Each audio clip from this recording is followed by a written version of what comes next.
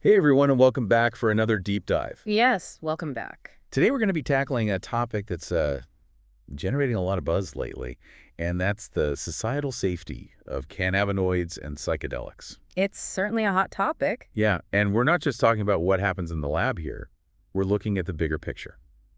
How these substances could impact society as a whole if they become more widely available. Yeah, that's right. We're thinking long term here. Exactly. And, there are definitely potential benefits to these substances, but we also need to be realistic about the risks. Absolutely. We can't just ignore those potential downsides.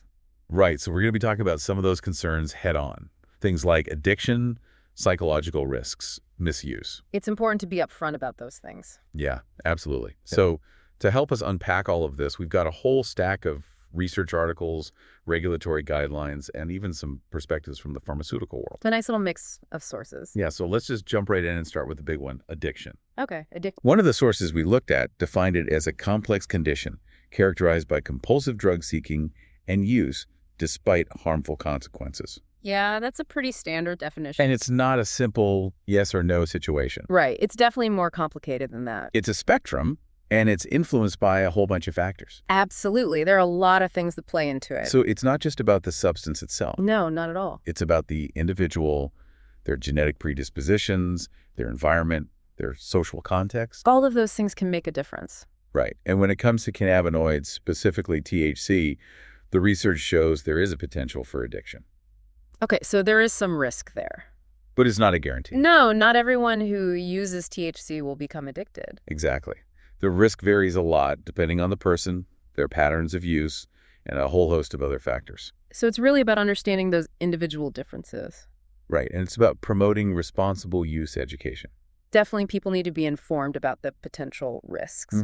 So it's not just about saying THC is addictive or THC isn't addictive. Right. It's not black and white. It's about understanding the nuances, the individual factors at play. Exactly. Nuance is key. And this nuanced understanding is even more critical when we shift our focus to psychedelics.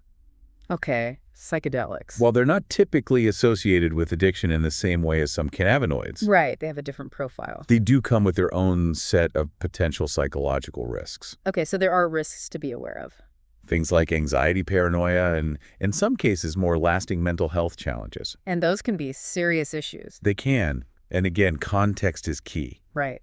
The environment matters. The research consistently highlights that these psychological risks are most often linked to specific scenarios, like high doses, So dosage is definitely something to pay attention to. pre-existing mental health conditions, or using these substances in environments that aren't safe or supportive. It's about setting yourself up for success. Exactly.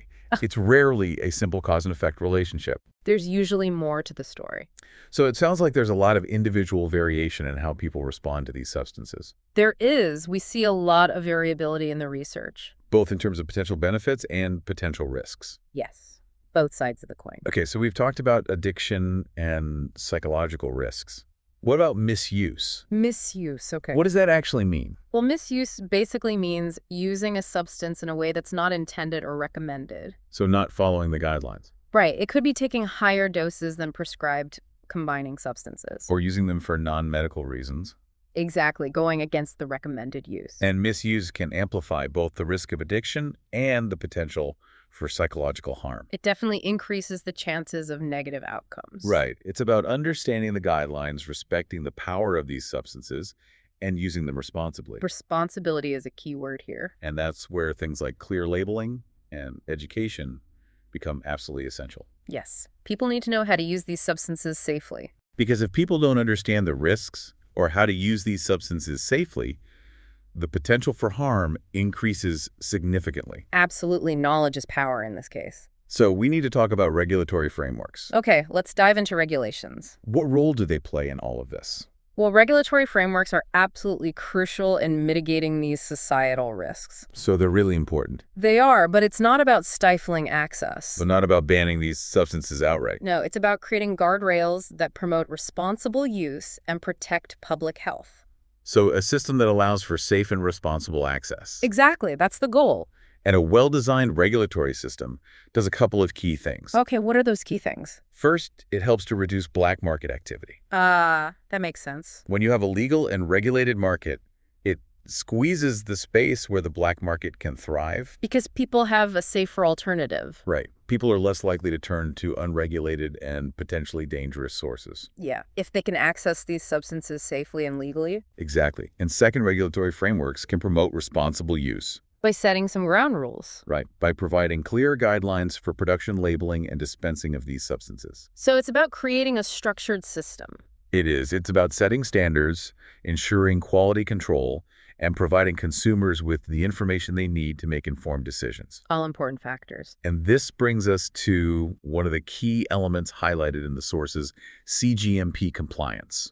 Okay, cGMP compliance. Break that down for me. What exactly is that? Well, cGMP stands for Current Good Manufacturing Practices. Okay, so it's about manufacturing practices. It is essentially, it's the set of guidelines that ensures products are consistently produced and controlled according to strict quality standards. So it's like a quality assurance checklist for manufacturers. Yeah, that's a good way to think about it. Making sure that everything is done by the book, from sourcing ingredients to packaging the final product. Exactly. It's about minimizing risks. So cGMP compliance is all about minimizing the risks of contamination, ensuring accurate dosages. And making sure consumers are protected. Right, protecting consumers from potentially harmful substances. That's the bottom line. And it's not just about protecting consumers from physical harm, it's also about building trust. Trust is essential. If people know that these products are being produced to the highest standards, they're more likely to feel confident about using them. Yeah, it gives them peace of mind. So cGMP compliance is essential for both consumer safety and public trust. It's a win-win. And it goes hand in hand with another crucial aspect, accurate labeling. Okay, labeling. Let's talk about that. What should consumers be looking for on a label? Well, first and foremost, the label should clearly identify the specific cannabinoids or psychedelics present in the product. So no mystery ingredients. No consumers need to know exactly what they're getting. And it's not just about the ingredients themselves, right? Dosage information is crucial too. Absolutely. The label should clearly state the recommended serving size, how often the product should be used, and any potential side effects or risks. So it's about giving consumers the information they need to make informed decisions about their use. Exactly. Informed decision-making is key. Accurate labeling empowers individuals to use these substances responsibly and safely. And that's the ultimate goal. It's about promoting both individual well-being and societal safety. Finding that balance. It's a delicate balance, but it's a balance we need to strive for if we're going to integrate these substances into society in a way that benefits everyone. It's a challenge, but it's an important one. Absolutely. You know, one of the sources we looked at drew a really interesting parallel between the production of these substances and something we see in pharmaceutical manufacturing, the concept of mutagenic impurities. Mutagenic impurities, huh? I'm not familiar with that term. What does it mean? So in simple terms, these are impurities that can potentially alter DNA, which can lead to some pretty serious health issues like cancer. Okay. That sounds pretty serious. It is. And in drug development, there are incredibly strict guidelines to identify and control these impurities. So how does this relate to cannabinoids and psychedelics? Well, it really highlights how important quality control is across the board. If we're talking about integrating these substances into mainstream use, you know, whether it's for medical purposes or otherwise, the production process has to meet the highest standards of safety and purity. We can't cut corners. So we're talking about minimizing the risk of any harmful impurities, just like we do with any other medication. Exactly. We're holding these substances to the same high standards. Which makes sense, especially when public health is at stake. Absolutely. It's about protecting people. And this brings us right back to those cGMPs we were talking about earlier. Right. cGMP compliance is all about ensuring that quality and consistency are maintained regardless of the specific substance being produced. It's like having a universal language of safety in manufacturing. That's a great way to put it. A common set of standards that everyone follows. And speaking of safety, we can't overlook the critical role of the FDA, especially when it comes to approving new drugs or therapies. The FDA plays a huge role in ensuring that new drugs are safe and effective. Right. And one of our sources actually gave us a glimpse into the FDA's drug approval process.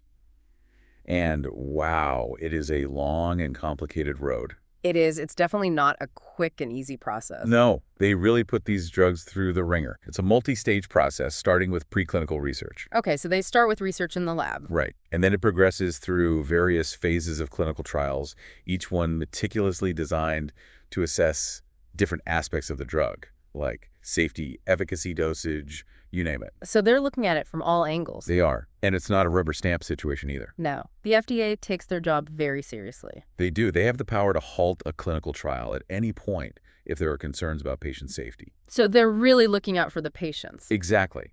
And drug developers have to address those concerns and provide additional information before they can proceed. It's a rigorous process, for sure. It is, but for a very good reason. Yeah. The FDA's top priority is safeguarding public health.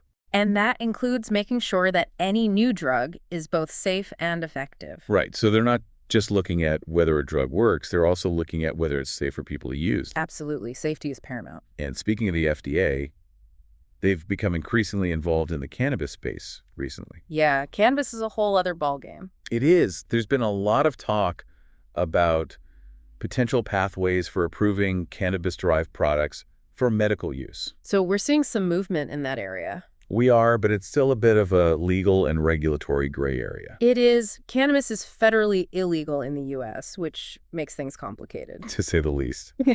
But one thing the FDA has made clear is that they're going to evaluate cannabis-derived products like CBD with the same stringent standards as any other drug. So no special treatment for cannabis? Yep. They're looking at scientific evidence safety data and the results of clinical trials to make their decisions. It's an evidence-based approach. It is. They're not giving cannabis a free pass just because it's become more popular. No, they're approaching it from a scientific perspective.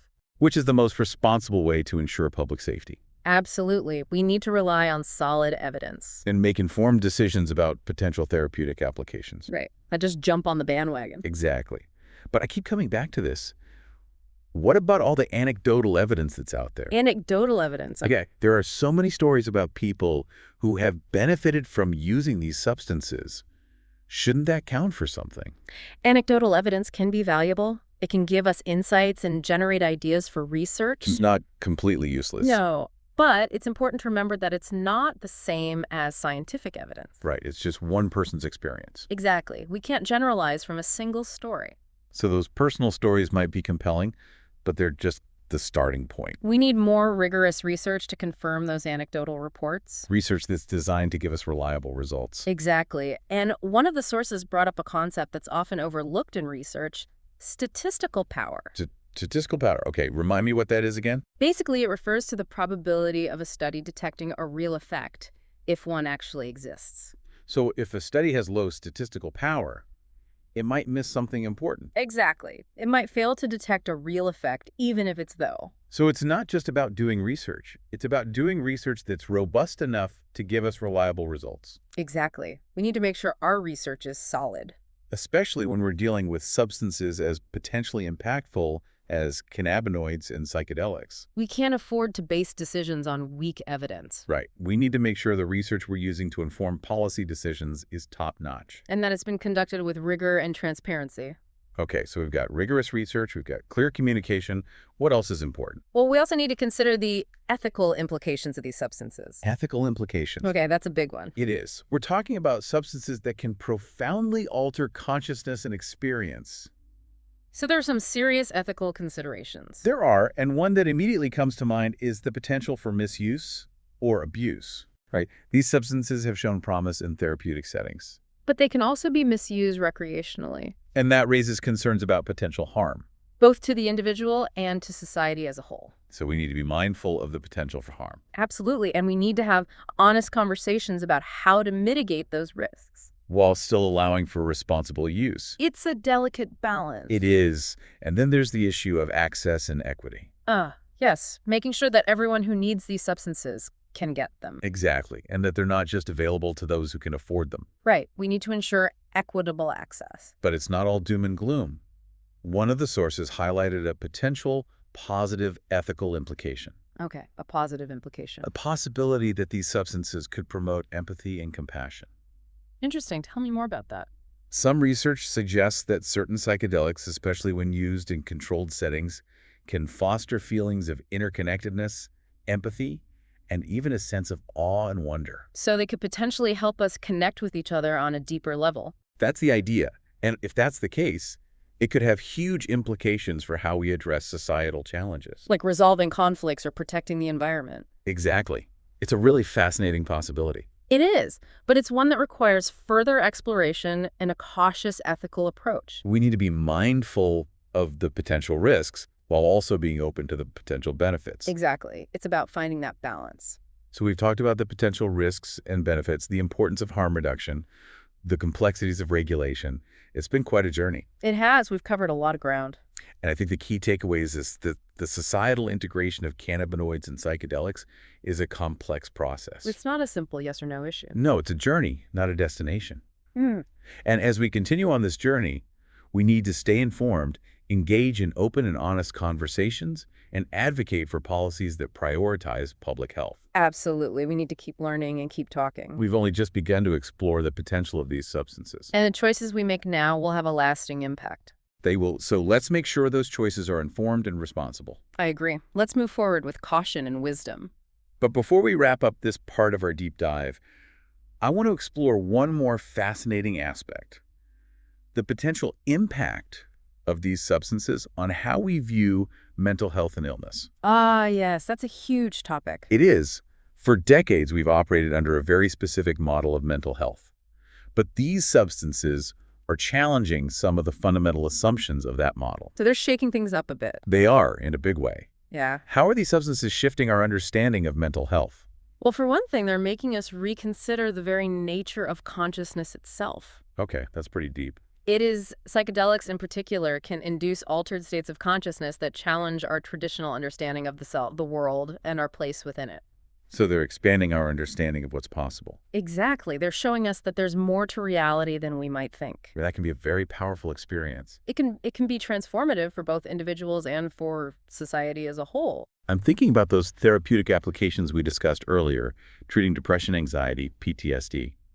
Could these substances offer a new way to approach these conditions? It's definitely a possibility. The research is still ongoing, but some preliminary findings suggest that these substances, when used appropriately, can facilitate profound shifts in perspective and self-awareness. So not just masking the symptoms, but actually changing how people experience their own minds. Exactly. It's about getting to the root of the problem. Which is a really exciting prospect. It is. We're potentially talking about a paradigm shift in how we approach mental health. Moving away from a purely disease-focused model. And toward one that embraces the potential for healing and transformation. Through altered states of consciousness. Exactly. It's a radical idea, but it's gaining traction. As more research is conducted, and it's not just about treating existing mental health conditions either. Right. There's also the potential for these substances to enhance well-being. Even in people who don't have a diagnosed mental illness. Exactly. It's about expanding human potential. Like using these substances to explore creativity, enhance empathy, or foster a deeper connection with nature. All those things are possible. It's about pushing the boundaries of human experience. And that's a really exciting prospect. It is, but it's also a prospect that requires careful consideration and a deep respect for the power of these substances. Absolutely. We need to proceed with caution and wisdom. So we're talking about some pretty profound shifts in how we view mental health and illness, and that brings us right back to the conversation about regulatory frameworks. Right, regulations are going to be key here. Because it's one thing to talk about potential benefits and risks, but how do we actually translate that into a system that allows for safe exploration and access while also protecting vulnerable populations? That's the million-dollar question, isn't it? It is. And one of the sources we looked at offered a really interesting perspective on this. They talked about a risk-based approach to regulation. Okay, a risk-based approach. Yeah, essentially it means tailoring the level of oversight to the specific risks associated with each substance. So not treating all substances the same. Exactly, because some substances are going to have a higher potential for addiction or misuse than others. Right, so those might need stricter regulations around things like production, distribution, and even who can access them. It makes sense to have different levels of regulation. A one-size-fits-all approach wouldn't really work in this case. No. But then the question becomes, how do we decide what level of risk is acceptable? That's where things get tricky. And who gets to make those decisions? Yeah, that's a complex issue, but ultimately it should be based on data and research. So we need evidence to back up those decisions. Exactly. We can't just rely on opinions or gut feelings. We need to make sure that regulatory decisions are based on solid science. And that means involving a wide range of stakeholders in the conversation. So scientists, healthcare professionals, policymakers, the public. Everyone needs to have a seat at the table. Okay, let's get practical for a moment. Imagine you're standing in a store looking at a product that contains cannabinoids or psychedelics. Okay, I'm in the store. What should you as a consumer be looking for on the label to make an informed decision? Well, first and foremost, I'm looking for clear information about the contents of the product. So what specific substances are in there and in what concentration? Exactly. I don't want any vague claims or misleading marketing jargon. Right. Transparency is key. It is. Consumers have a right to know exactly what they're getting. Absolutely. What else is important? Dosage information is crucial.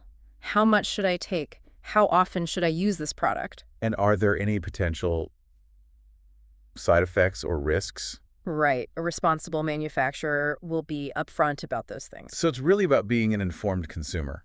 It is. Do your research, read the label carefully, and don't be afraid to ask questions. But even if a product has clear labeling and comes from a reputable source, things can still go wrong. That's true, unfortunately. What happens if someone experiences an adverse effect? Reporting those adverse events is really important. It helps to track potential safety signals. So it's not just about the individual, it's about helping to protect others as well. Exactly. It's a shared responsibility.